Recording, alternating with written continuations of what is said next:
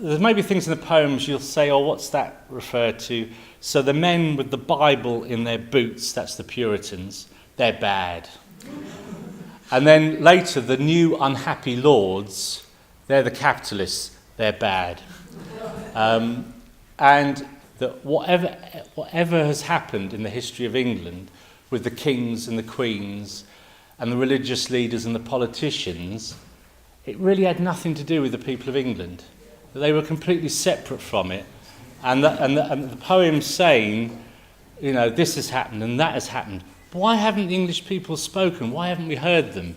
And at the end, it says, maybe one day they'll speak. And so when I say the Brexit poem, I'm not saying that approvingly or disapprovingly. I think that the Brexit vote is an expression of a theme in English life and an anger and a frustration. And now, after, 1,200 years since feudalism, it's finally expressed itself, perhaps. The secret people. Smile at us, pay us, pass us, but do not quite forget, for we are the people of England that have never spoken yet. There is many a fat farmer that drinks less cheerfully. There is many a free French peasant who is richer and sadder than we.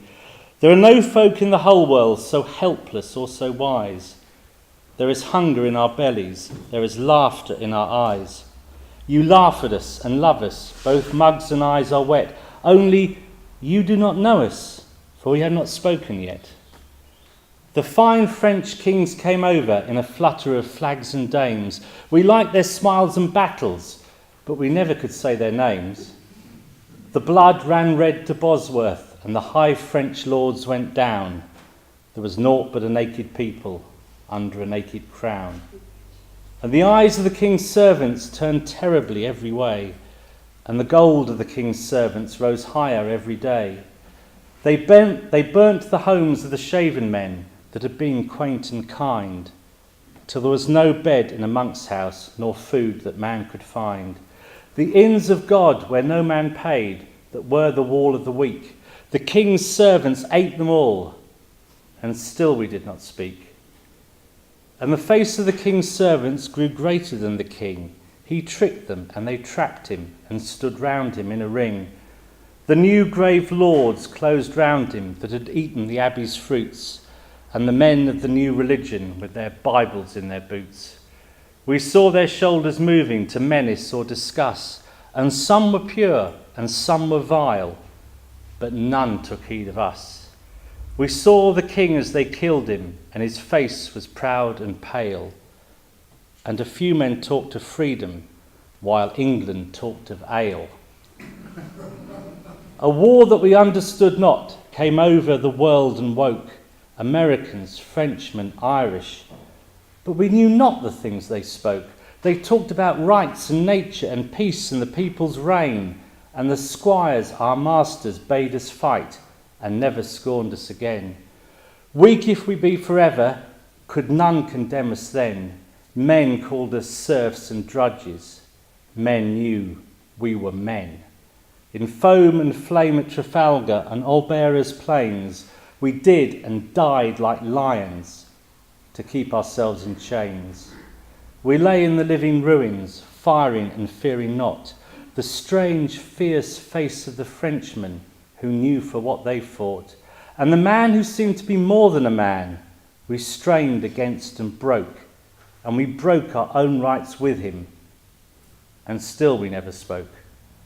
Our patch of glory ended, we never heard guns again, but the squire seemed struck in the saddle. He was foolish, as if in pain. He leaned on a staggering lawyer and a politician too. He was stricken. It may be, after all, he was stricken at Waterloo, or perhaps the shades of the shaven men whose spoil is in his house, come back in shining shapes at last to spoil his last carouse. We only know the last sad squires ride slowly towards the sea, and a new people takes the land, and still it is not we.